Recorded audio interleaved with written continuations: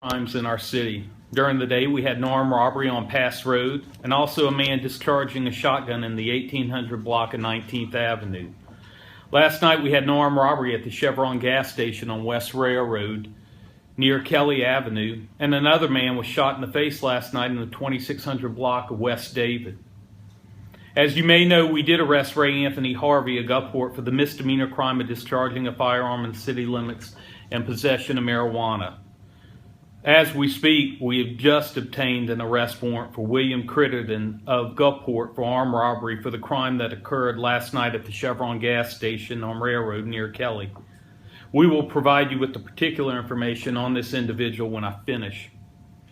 The armed robbery in the 400 block of Pass Road at a check cashing business is an open investigation. We have provided the surveillance photos from that to the media. The investigation into the shooting last night on West David is ongoing, and we do have a person of interest. Whenever we have crimes such as these, there is always the question, why does this happen? Why a particular person commits a crime we may never fully understand, but we must look at these crimes not just as a law enforcement perspective, but collectively as a community. I can share some information. Each of these crimes involve firearms or implied firearms. Harvey, who we arrested yesterday for discharging his shotgun in his backyard numerous times, had been smoking marijuana just prior to the shooting. The shooting of the man on West David occurred during a transaction for illegal drugs. It appears that gun violence is on the rise locally and nationally. A knee-jerk reaction is the immediate call for gun control. What I want to say today is not for a political purpose, but instead for community safety. We must quit approaching serious issues with canned, polarized positions. Every time I mention guns, I get blasted from the two ends of the political issue. On one side of the issue, they seem to be trying to outlaw guns collectively. And on the other, they're trying to ensure that anyone can carry a gun anytime, anywhere.